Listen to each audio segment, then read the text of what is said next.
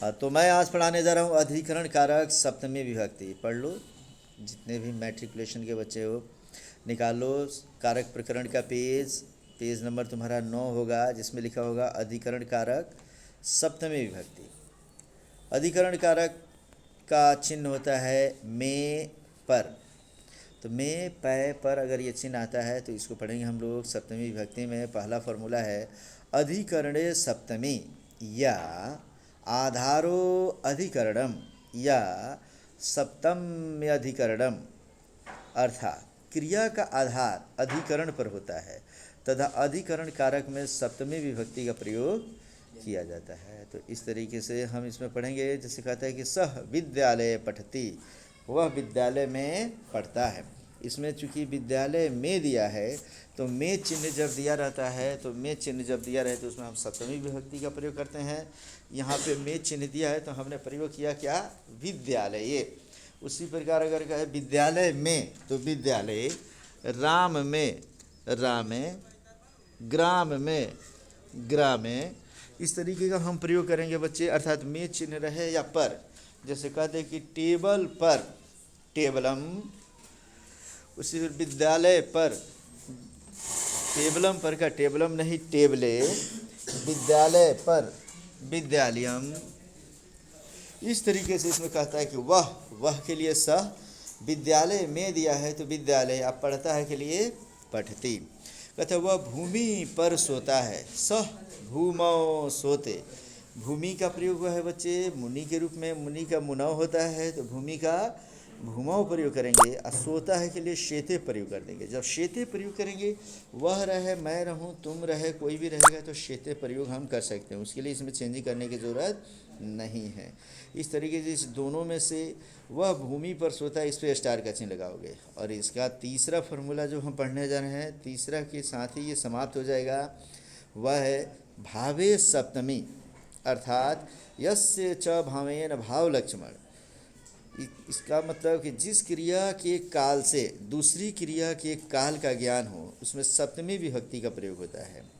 याद रखेंगे, जब एक के समाप्ति पर माने एक के कार्य से दूसरे का पता चलता हो, ज्ञान हो, तो उसे हम सप्तमी विभक्ति का प्रयोग करेंगे। जैसे कहता है कि जिस कक्ष, माने इसमें समझो कि त प्रत्यय वाले कक्ष न कहकर इसमें सीधी सीधी बात जानेंगे हम लोग कि अक्त प्रत्यय होता है, अक्त के बदले त होता है। तो त प्रत्यय वाले क्रियाओं में सप्तमी विभक्ति लगी रहती है, उसका अर्थ पर होता है और वे भावे सप्तमी कहलाती है। जैसे इसमें देखो, अभी मैं इसके बाद एक चैप्टर पढ़ाऊंगी तो मैं प्रत्यय और उपसर्ग का, जिस प्रत्यय में हम पढ़ाएंगे कत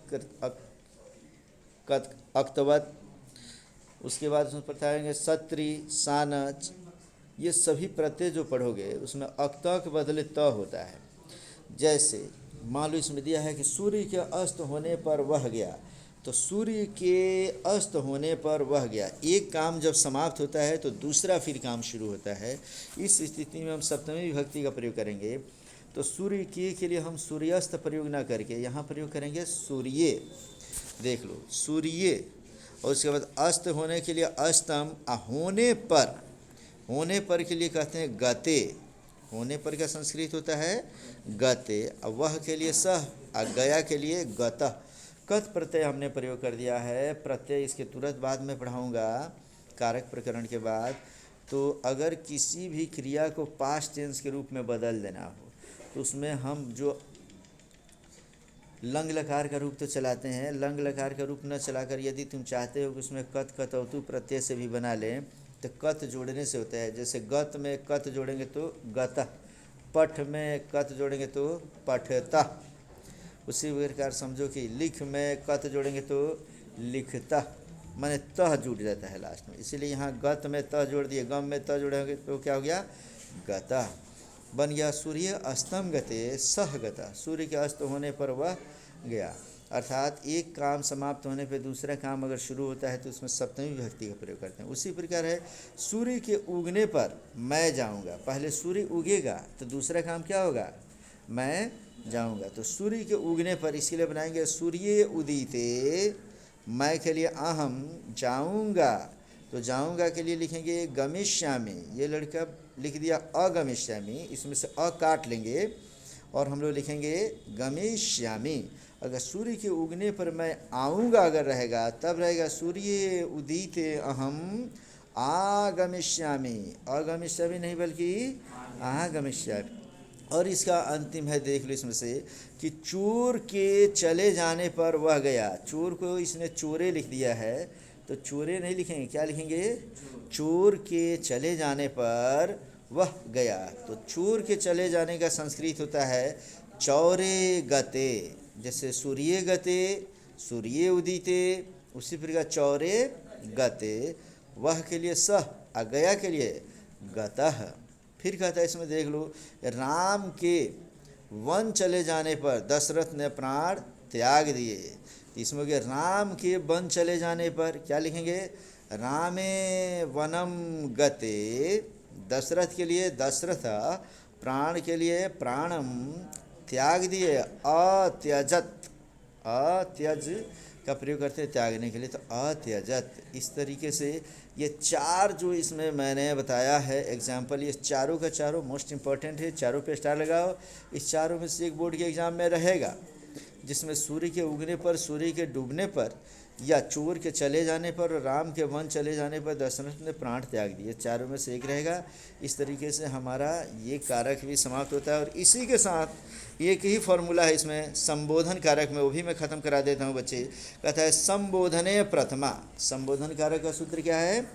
संबोधने प्रथमा, अर्थात संबोधन कारक में प्रथमा विभक्ति का प्रयोग किया जाता है। जैसे यदि संबोधन कारक का चिन्ह होता है हे, अरे, अहो, अजी, इसमें से कोई भी आ जाए तो हम इसमें सप्तमी विभक्ति का प्रयोग, संबोधन कारक का प्रयोग करते हैं बच्चे।